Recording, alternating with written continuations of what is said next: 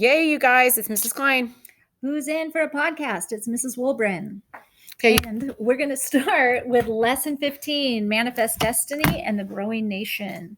Your guiding question for this next unit or lesson is how justifiable was U.S. expansion in the 1800s? Okay, you guys, there's also some vocabulary terms that you're going to want to make sure you know. They are annex, diplomacy, manifest destiny, the Mexican-American War, territory, and Texas War for Independence. Okay, let's get started.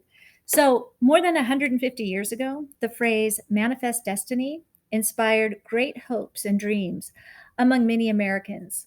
It led to a war with Mexico and it changed the map of the United States. Manifest destiny means obvious fate. John O'Sullivan, a New York newspaper editor, first used the phrase in 1845 when he wrote that it was the United States' manifest destiny to overspread and to possess the whole of the continent.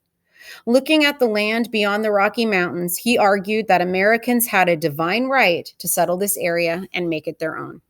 The fact that Great Britain claimed part of this land, a huge area known as Oregon, made no difference to O'Sullivan.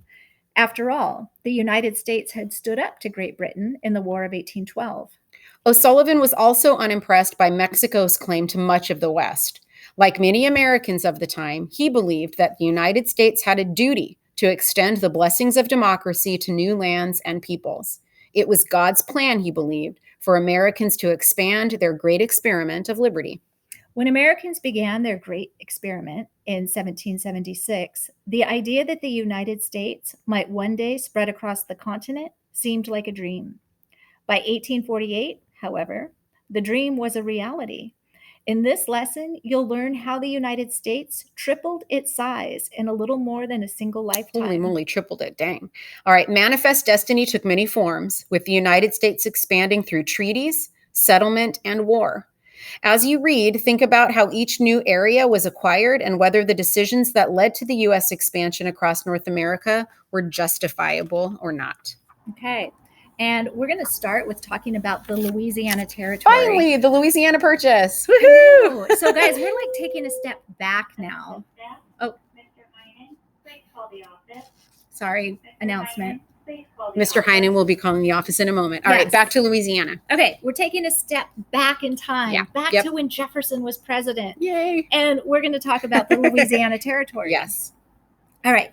The nation's first opportunity for expansion during the early 1800s involved the vast territory to the west of the Mississippi River, then known as Louisiana.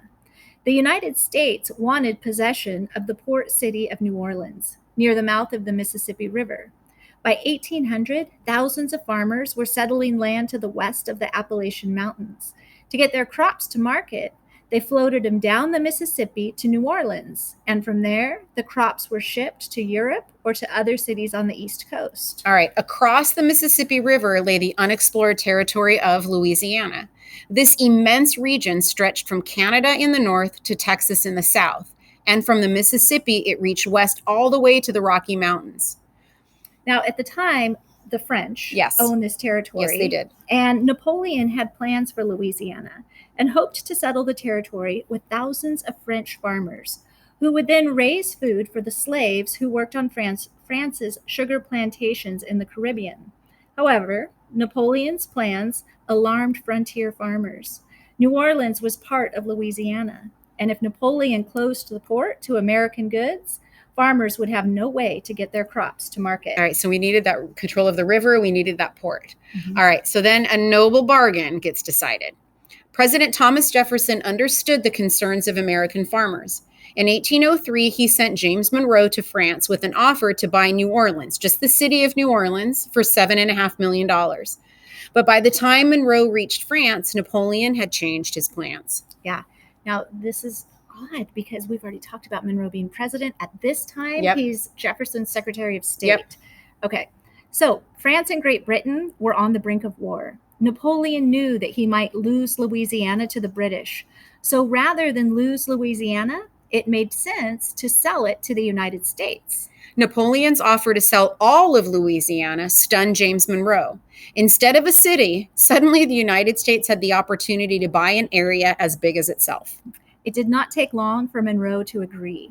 And on April 30th, 1803, he signed a treaty giving Louisiana to the United States in exchange for $15 million. All right. Now, to most Americans, the Louisiana Purchase looked like the greatest land deal in history. The new territory would double the country's size at a bargain price of just about 2 or 3 cents an acre. Still, not everyone approved. Some people worried that such a large country would be impossible to govern. Others, objected to the $15 million price tag, with one Boston critic writing, "We are to give money of which we have too little for land for which we already have too much." Mm-hmm. Opponents also accused Jefferson of tearing the Constitution to tatters. They said that the Constitution made no provision for purchasing foreign territory. Jefferson was troubled by the argument that the Louisiana Purchase was unconstitutional, but he still believed it was better to stretch the limits of the Constitution than to lose a historic opportunity. So he's kind of reversing his position, because remember, he was a strict constructionist. Yeah. Okay, right? No, you can't open the bank, Alexander Hamilton. Okay, but now he's stretching the Constitution so that he can make these purchases. Right, now he's pulling an Alexander Yeah, there you Hamilton. go. Exactly. All right. So late in 1803, the Senate voted to ratify the Louisiana Treaty.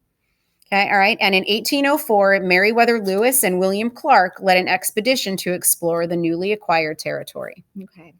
Now, the next territory we're going to talk about is Florida. Yep. Okay, because this whole section is about the United States expanding. Yep. So, having acquired Louisiana through diplomacy, President Jefferson turned next to Florida. In 1804, Jefferson sent 2 diplomats to Spain to buy Florida, but Spain's answer was no deal. As Spain's control of Florida weakened over the next few years, its government could do nothing to stop the raids on farms in Georgia by Seminoles and ex-slaves. All right, now we're going to go a little bit now we're going to talk about Andrew Jackson again. So Andrew Jackson is invading Florida. This is before he's president of the United States. Okay, all right. In 1818, President James Monroe sent Andrew Jackson, the hero of the Battle of New Orleans, to Georgia with orders to end the raids. Jackson was told that he could chase raiding Seminoles into Florida, but he did not have the authority to invade the Spanish colony.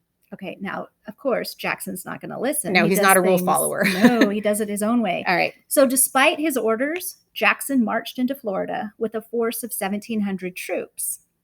Fearing war, President Monroe asked his cabinet for advice.